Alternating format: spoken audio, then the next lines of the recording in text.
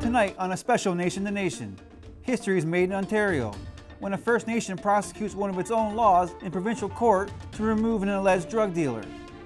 It's been a long time coming, and like Wilma always says, it's just the start of this process. The precedent-setting case is a game changer, but it didn't come easy. This was a procedure that we had to set up and we had to implement in the Ontario court. And this chief says, let's keep the momentum going and remove all drug dealers across the territory. We're in the process of mobilizing our communities to identify these people, to provide security to those people when they do the identification, and we're going to get rid of these people. Welcome to Nation to Nation. I'm Kenneth Jackson. Since the early 2000s, 20 First Nations in Ontario have passed land codes. A land code is federal law. It means First Nations can govern their land and resources out from under the Indian Act. The code also means nations can create more laws, such as trespassing laws, that can be used to protect their community. But no matter how many First Nations laws are passed in Ontario, the police ignore them. That never sat well with our first guests from Mississauga First Nation on the north shore of Lake Huron. And 2 weeks ago, they were the first community to successfully prosecute one of their own laws in provincial court. Here to talk about that is the Chief of Mississauga First Nation and its Director of its Constitution. Thank you both for joining me. Thank you. Honey. Chief, it was in a small courtroom in Blind River, Ontario on October 30th when your nation made history. What were you thinking as you sat there in court with Wilma and watched one of your laws reach a conviction? I think it was, general excitement. It's been a long time coming.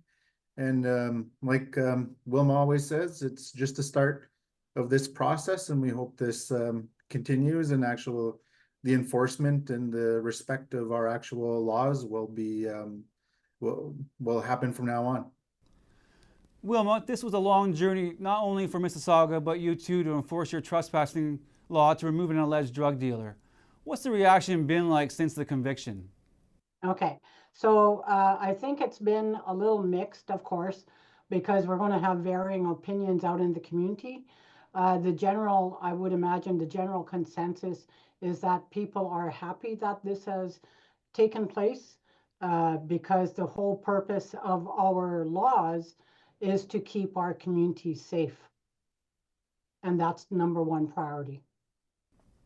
You were quite involved in this, Wilma, in developing all this. So let's dig in this a little bit.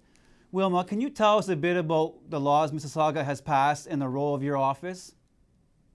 So one of the things that Mississauga First Nation has done is they created their constitution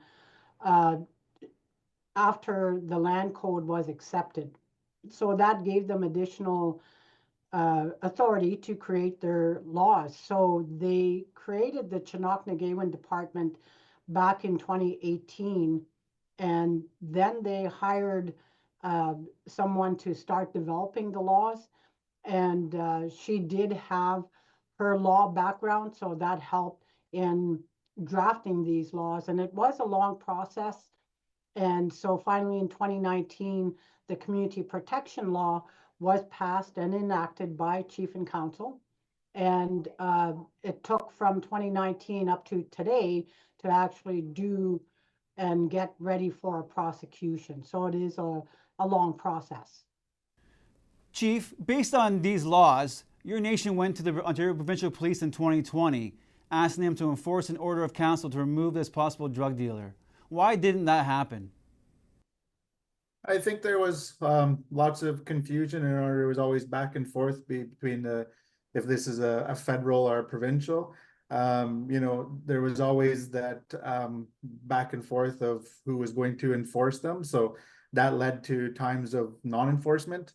Our own officers had who follow our laws were able to at times serve the warrants when needed, or there's notices. So we depended on them, but initially, the OPP is trying to work through this, and other police forces are trying to figure out how this exactly works. So hopefully this blueprint will see that increase of enforcement now. on their part. Wilma, then you had to hire a lawyer and seek charges through a private prosecution. What was that process like? So the federal government said they would have a pilot project available to First Nations for 5 pilot projects. So Mississauga was one of the successful ones. So with that initial monies that we did receive, we went ahead and hired a private prosecutor, which is Jay Herbert. And then from there, we looked at different ways of doing a prosecution. So one of the easiest things that Jay suggested was private prosecution through pre-enquête. So that's how we proceeded with this one. Lastly, Chief, the undercurrent theme of this show is dealing with these migrating drug dealers from Toronto. They're infiltrating communities. We talk more about it later in the show. But I just wanted to get a feeling from you of what things are like in the community on your citizens, dealing with these outsiders who are maybe in Blind River or Sault Ste. Marie or Manitoulin Island. They're all around you, and they're in your community too. I just want to get a feeling of what you're dealing with. Well, we know that there are drugs since the highway opened, harder drugs that are coming into the community. And we do have knowledge, of course, of who they are and what they're up to. But it's always disheartening to know that because of obviously other issues with laws, we just can't go and round these people up. But we do know who they are. We know that we have talks with other First Nations, and they say it's the same individuals, and we know that they're coming from Southern Ontario and into our communities. And the impacts that it's having on our communities is devastating. They're obviously taking advantage of some people that leads to other, lifestyles and unfortunately that our people are caught up in. So, we're trying our best to try to and beyond to try to correct that and making sure that hopefully, this is a new avenue that we can use to try to stop that from happening. So it is hard to see individuals struggling. We've been through a lot as First Nations people with lots of trauma, and this is just taking advantage of those people. So hopefully, we see hope in this, that we can correct some of that. I think we can all agree that these drug dealers need to be stopped. It needs to end. Them preying on the trauma of your people, it just needs to end. And we're going to have to end things there. But I want to thank you both for coming on the show. Thank you so much. Thank you for having us. Terrific. After the break, we speak with the lawyer who helped Mississauga make history.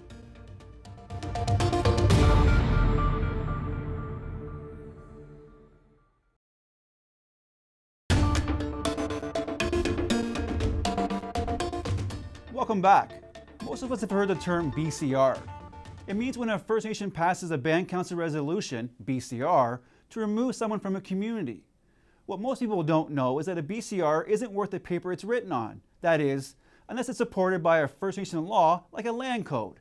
And our next guest is going to break it all down for us. Jay Herbert is a criminal defense lawyer in Bracebridge, Ontario with Falls Law Group. He's also a member of Rama First Nation. Welcome to Nation, Jay. Good afternoon, Ken. Jay, why isn't a Band Council resolution enough to remove someone from a First Nation? There's a lot of confusion around Band Council resolutions and how First Nation governments can use them. In the context of trespassing on reserve, a Band Council resolution is used when a First Nation wants to identify someone as a trespasser, and they provide that person a notice that they are required to leave. That BCR can then order the person to leave and even leave the First Nation.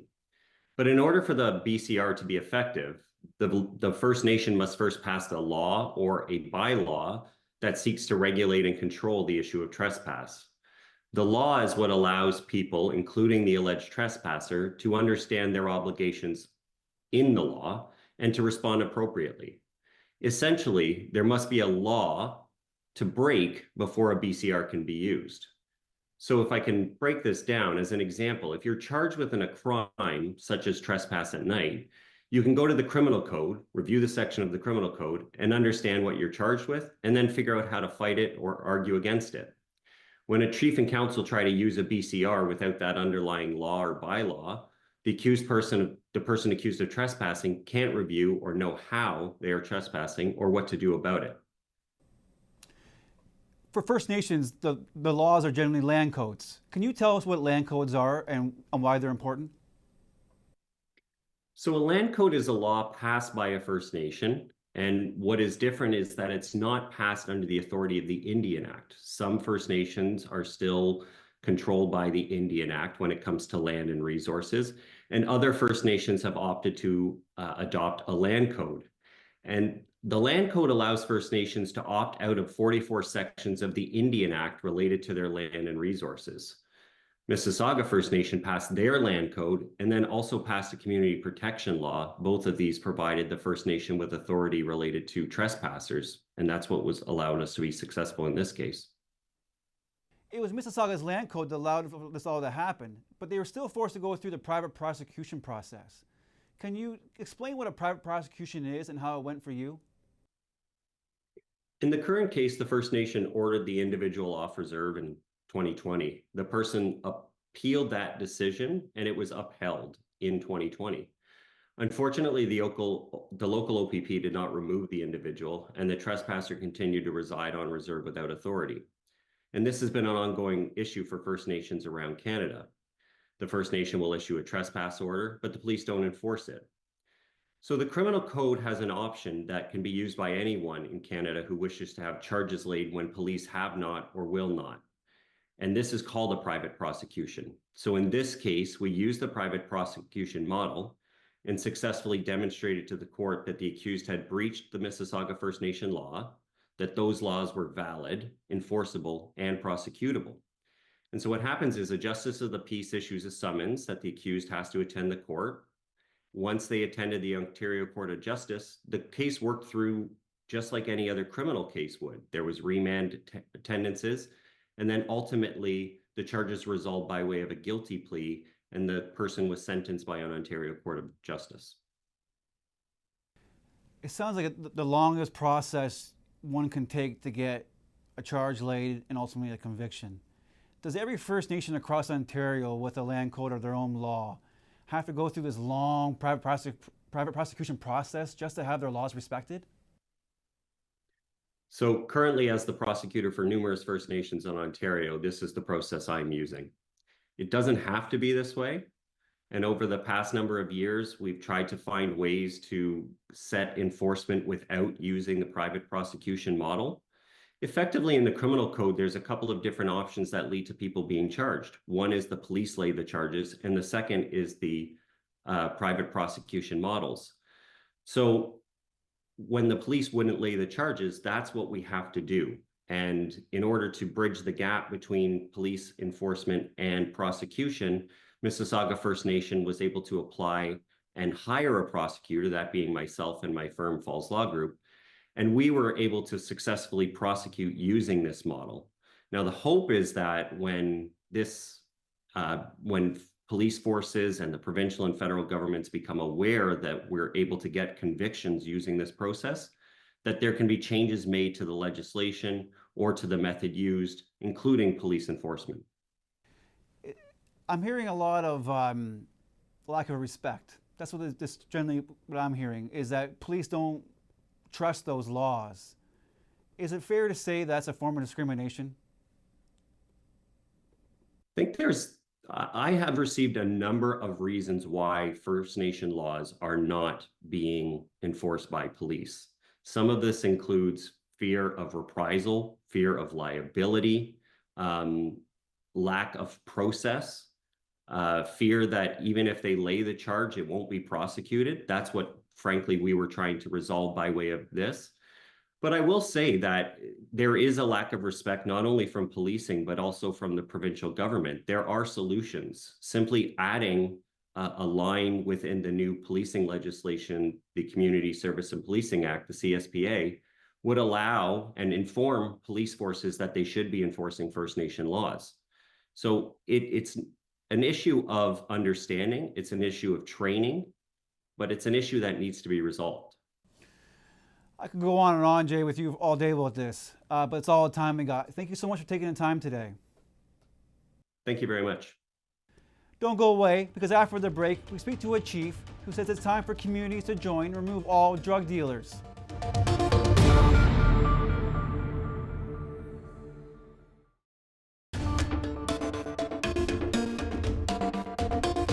Welcome back. Big city drug dealers are infiltrating small First Nations north of Toronto in the Robinson-Huron Treaty Territory. Police have made bust after bust, but these dealers and their deadly drugs just keep coming. This past summer, an alleged Russian drug dealer was nabbed in Shawanaga First Nation by police. Police allege he had a bunch of drugs, a gun, and Batman throwing knives.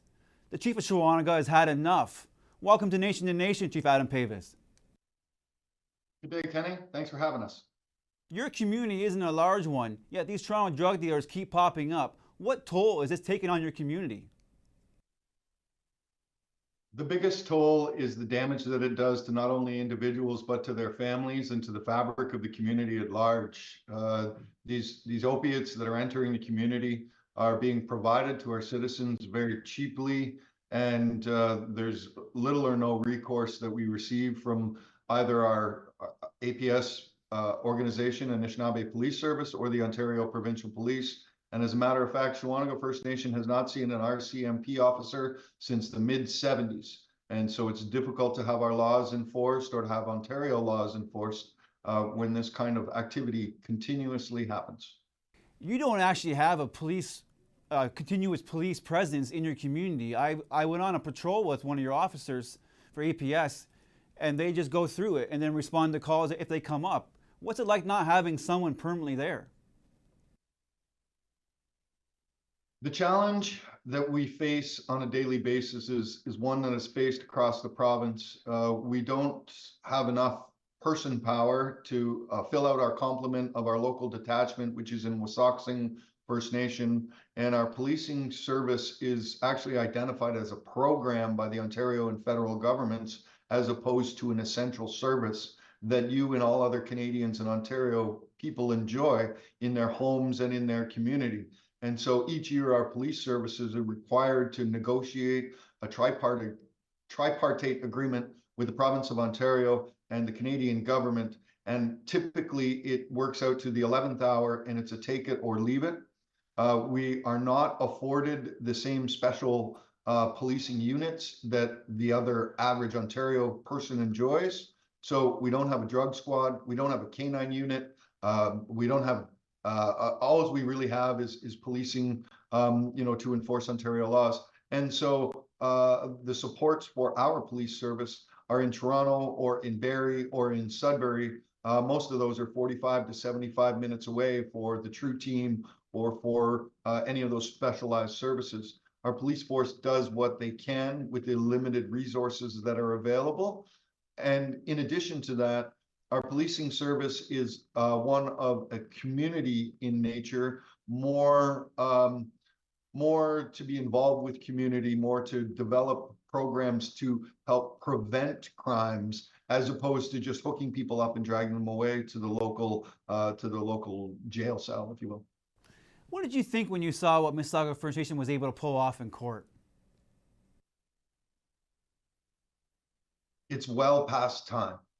Our friends and neighbors in Mississauga were successful in persecuting their trespass law. We're super happy for them, and that will pave the way for other First Nations who have land code laws, which is a federal statute, in order to pursue and honor our trespass laws to keep undesired persons out of our communities. At this particular time, the drug dealers from Southern Ontario drive in and out at their own will. They dispense their poison. They give it to our kids. They give it to our young people. And then, of course, subsequently, sometimes people end up losing their children to protection agencies because they're in a social situation. And quite frankly, the drugs coming up, there's more money to be made on a First Nation in central or northern Ontario than there is on Yonge Street in Toronto. And the drug dealers are recognizing that. My understanding is that they rent a car, load it up, bring it up here, make a number of stops along the way, dispense their poison and their death, and go home at the end of the day. And some of them, in fact, are known to do that. They've been arrested for doing that, and some of them are even being tracked by APS or by GPS bracelets on their foot. So we know they're here. We know what they're doing. The challenge is, or my question is this the next form of genocide that's being perpetuated on our people across Turtle Island? It seems like, and it's very disheartening. Well, they're profiting off your trauma, right? You know, that's what we're talking about here. These guys don't care, and they're profiting off the pain of your people. So why is it, so finally, why is it time for all nations in your treaty territory to work together to flush out these guys and not only remove them, but keep them out? Why is it beyond time? Well, it's beyond time because when the court systems won't help us prosecute our laws, it seems like discrimination. When a group of individuals are targeting our communities, it also seems like discrimination. And so, quite frankly, in my opinion, there's always been what they call the Indian problem. And well, maybe right now the dispensing of these opiates is aiding in that. And the Indian problem is if there's still Indians in the country, we have title to that land.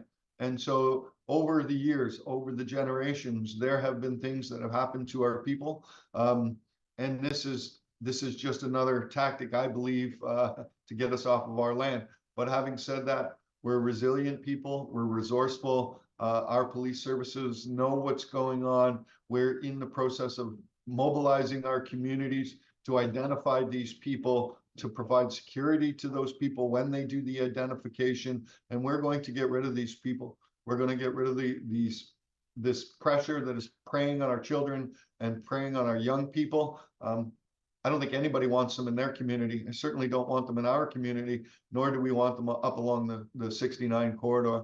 And we'll take whatever measures or whatever actions we are required to have these individuals removed from our community. In fact, I've stopped cars, taken pictures, identified these people, passed that information along to police, and on their way home, they get pulled over and they get arrested. And so we're doing everything that we possibly can. And it's not just me. The other chiefs along the corridor, the health directors, everyone in our communities are against this, with the exception of those that are part of the system. So we urge those that may want help or that think they need help to reach out, and we'll do what we can to help provide the services that are needed for people to recover, and they can do so in a safe and holistic way. And we wish everybody peace and safety, with the exception of the people that are spreading poison across our lands. Miigwech. Chief, that's all the time we have. Thank you for joining us today. And it's also the end of our show. But it's not the end of the work I'm doing to expose these drug dealers. Find me on Facebook to keep up with the latest. Thank you for watching, and good night.